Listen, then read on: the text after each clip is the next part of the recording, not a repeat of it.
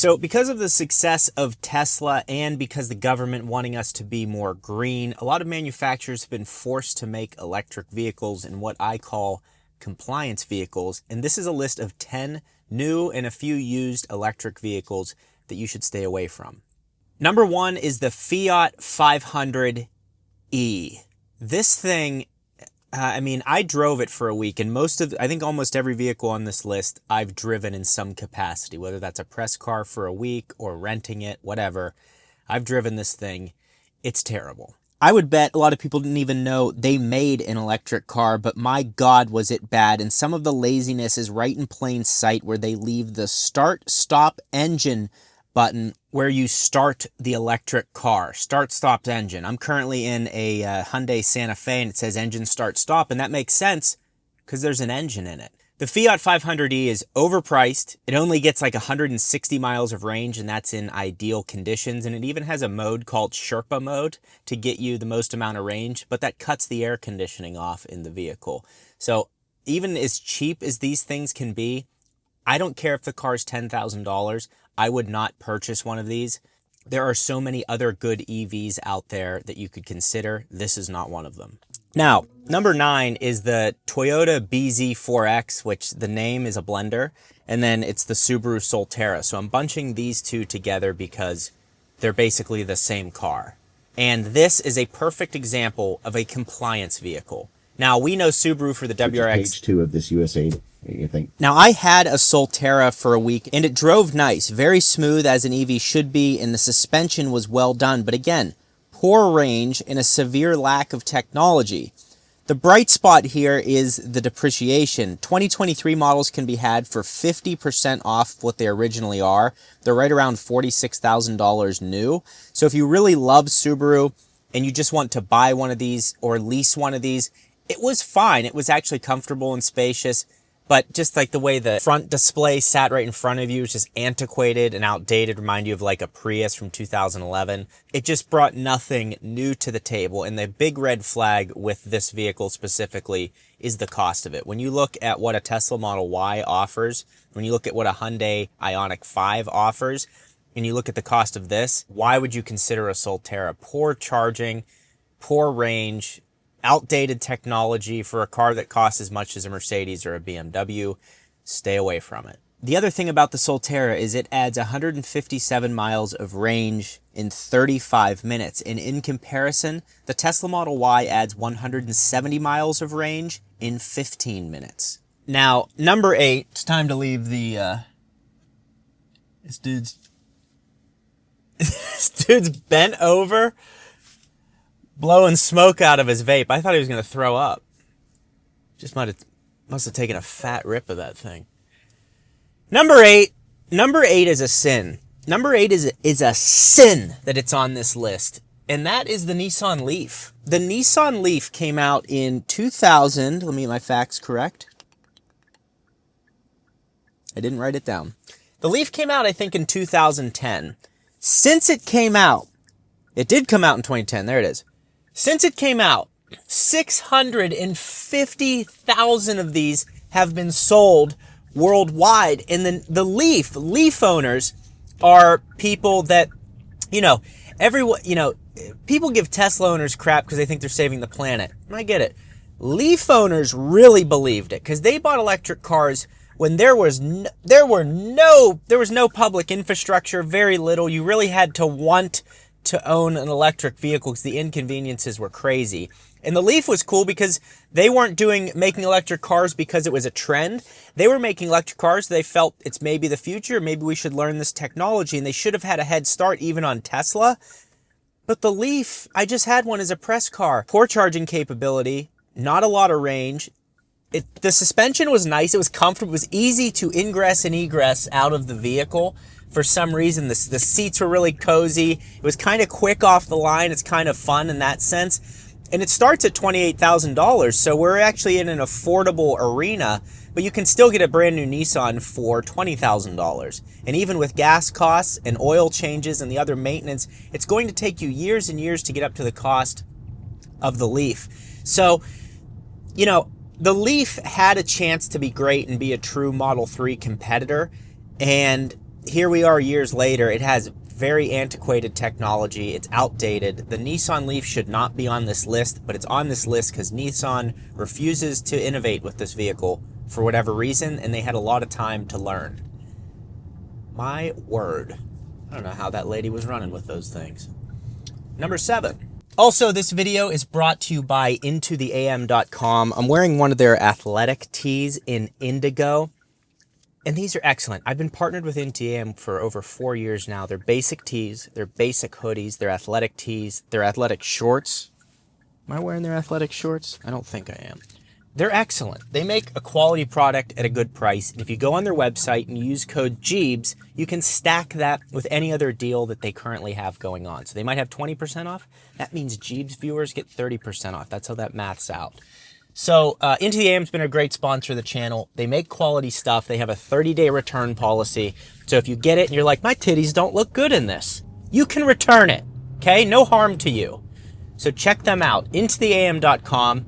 They make awesome gear for you, for your kids, for your, maybe your wife would like some. Give her that oversized hoodie. Could get her riled up. I don't know. INTOTHEAM.com, code Gjeebs at checkout. Thank you, link in description. Number 7, I didn't even do this on purpose, but I just realized it now. The i7. Now, the BMW i7 is an electric version of the BMW 7 Series. And what's great about the 7 Series is it's luxurious. It's got screens in the back. It's the back seat's so far back. The driver, you're in different zip codes. It's huge. It's luxurious. It's fast. The i7, if you DC fast charge it 5 or 6 times in a row, so if you're on a road trip, they will limit your charging speed up to half of what it can perform at for whatever reason. That's to save the battery or have longevity or whatever. If you buy a Tesla Model S, for example, you can drive that thing for 24 hours straight and it will continually over and over and over again get max charging speed. So the i7 is on this list because it's very expensive, $50,000 more than a Tesla Model S, and it doesn't bring anything that's truly unique to it. Lucid, for example, brings you a car that can go 500 miles. A Tesla Model S cannot do that. And Lucid also has Apple CarPlay. Tesla does not have that. So you can see where Lucid has a value. The BMW i7 is very expensive. Good technology, great features inside of it, very comfortable. But as far as an electric vehicle, I think you're better off getting Mercedes-Benz S-Class or a BMW 7 Series, maybe try and get the hybrid or something like that. But the electric version, probably not the way to go. Number 6. Number 6 absolutely belongs on this list, and I can't believe it's 6, but that just shows what we're headed toward. That is the Mazda MX-30. Now, luckily, it looks like only about 600 of these were sold, so they're very rare, and most of them were sold in California. Again, what is this? Class, this is a compliance vehicle. This is a car that the company did not want to make, but they had to make it to comply with the government regulations. And this thing is an atrocity. It only gets, and I looked at the list of cars that Edmunds does a 70 mile per hour closed loop, consistent loop where they test electric vehicles to see who goes the furthest. Surprisingly, I think the Sierra Denali EV, which I went and did that trip to California and tested it, that has done the most range at I think 507 miles. This is on the opposite end of that. I just find it funny a truck is winning. This is on the opposite end. The Mazda MX-30 did 114 miles of range. There are e-bikes that can go that far. It is just, I just can't imagine manufacturing that car. So there are very few of them out there. But if you happen to come across one, do not consider the Mazda MX-30. It is trash. And Mazda probably would say the same thing. Number 5 is the Audi Q4 E-tron. These things look terrible and have antiquated technology in them. If you want to buy an Audi, get a gas variant. Their electric cars are overpriced and bring nothing new to the table. And they also depreciate at a remarkable pace. I would much rather see you get a Hyundai or Kia EV over an Audi. If you want to get the gas Audi, fine. Even the e-tron GT, like used, they have crazy used deals and they lease deals and they depreciate. I mean, it's amazing. There's just new depreciation records for these things. I highly recommend to stay away from it. It's essentially a VW ID4 with Audi badges and maybe slightly nicer screens and materials on the interior. There's just no passion behind these vehicles. The teams making them don't care. A lot of them don't want to make them. And again, that's why I recommend staying away from it. Number 4, Lexus RZ. So the RZ is what I like to call a 50-footer. From 50 feet, you go, God dang, she looks good. Then you go up close and you realize she potentially is addicted to drugs and homeless. This thing, again, no passion. And I love Lexus. I had their RX 500H for a week as a press car. This thing was money. It had great sound in it, the feeling of the acceleration and the hybrid power. It had like 400 horsepower, plenty of space, great technology, awesome materials, sporty looking on the outside. I loved it. So Lexus makes great cars, but the RZ is, I mean, how many are they selling? 4 annually? Like, it's a joke. Stay away from the RZ. Bad technology, way overpriced. And if you want to buy a Lexus, look to their hybrids. Number 3, the Genesis G80 electric. The G80, it's comfortable. You know, Genesis makes luxurious vehicles at a discount. If you compare them to a Mercedes or a BMW or even a Lexus, they have technology in performance in them that those cars have for 20,000 extra more dollars. It makes them look silly. The G80 is $75,000 and it's an electric vehicle and it does nothing special. It's kind of boring. It doesn't have as much space as it should in the back and especially in the trunk. It's comfortable. It's fairly quick, but for the cost of it, there's so many other better options out there. Even the Hyundai Ioniq 6, that was a great vehicle. It almost went across the country when I did the I-90 Surge. We drove 3,000 miles, if you're not familiar, straight with a bunch of electric vehicles.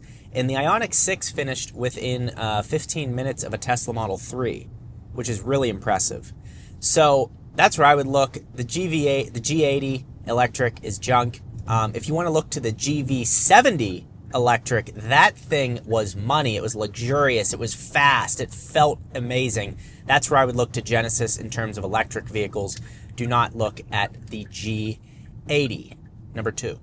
Number 2 is the EQB. The Mercedes EQB is not the Mercedes that you want to buy. Now, there are good lease deals on them, and maybe you would want to consider that. But remember, with a lease, at the end, you have nothing but less money and no car. That's what you get at the end of a lease. If I were looking to Mercedes, I would be looking toward the gas variant of the GLB or maybe even a GLC for a little bit more. I also drove the EQE and the EQE AMG and the EQS. Those are all great cars as well. Very expensive. You're going to lose your butt on depreciation, but that's the case with most luxury cars and especially luxury electric cars. There's a huge amount of depreciation. But the EQB, I mean, just the engineering is like right up front. When you pop the hood, it looks like there is a gas engine inside of it because of all the cooling lines and everything. If you pop the hood to a Model Y, you can store things in there because they're designed from the ground up as electric vehicles. They're designed correctly.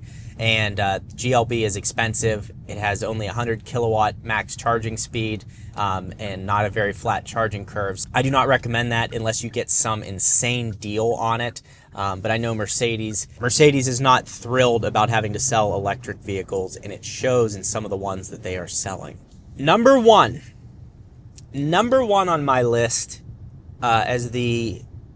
and look, we've listed out like the Mazda's terrible, and the Mazda's worse than what I'm about to say, and the Fiat is worse than what I'm about to say. But this I put as number 1, specifically because you had all this time to build something that people would potentially love to drive. And the Dodge Charger Daytona is an electric vehicle that has no route planning. And I was at the launch event of this vehicle, and we kind of all, we sat down at the table at one point. I was sitting there with Kyle Connor and Rich from Rich Rebuilds, aka Car Guru. The OGs know that. We're sitting at the table, and what we kind of all concluded is that if you never drove an electric vehicle and you drove that, you'd go, oh, this is kind of nice. This is nice. It's really smooth. The handling's good. We did it on drift mode. We drifted it. We did all kinds of things with it. It doesn't have route planning. So if you go on a trip and you're like, okay, normally electric vehicles are slightly inconvenient on trips because you have to go to a charger. Tesla has it planned out, says you'll be at this charger for 15 minutes, this charger for 16 minutes, and this is and you get right to your destination in this amount of time. This doesn't have route planning. It just has a circle with an X on your route, shows where the car will die. So it shows you where you will be stranded and gives you no solution. We talked to one of the chief engineers of this vehicle, and they said, why would you want route planning? Why wouldn't you just want to choose it on your own? They're thinking like a gas car. Like for a gas car, you wouldn't want it to tell you what gas station to go to, because there's so many gas stations that you can make that decision for yourself. And they had that same ethos for an electric vehicle. Their team was just, they didn't want to make electric vehicles, and that was very clear in the engineering of this and some of the presentations where people were just like, you know, I talked to one of their chief engineers, and he said that it was either he helps make the charger, or he loses his job and they'll find someone who will. So that's kind of the where they're at. They're kind of pinned up against a wall. I think they have the capability to make it better. They have the ability for over-the-air updates for these vehicles to give them route planning. Hopefully they do that. But for the day and age that we're in, and for a car that goes up to $85,000 and does absolutely nothing better than a Tesla Model 3 Performance that costs $54,000, you have to be out of your mind. One company I didn't mention in this list is Rivian. So if you want to see what it's like to do a cross-country road trip in a Rivian, click this video right here.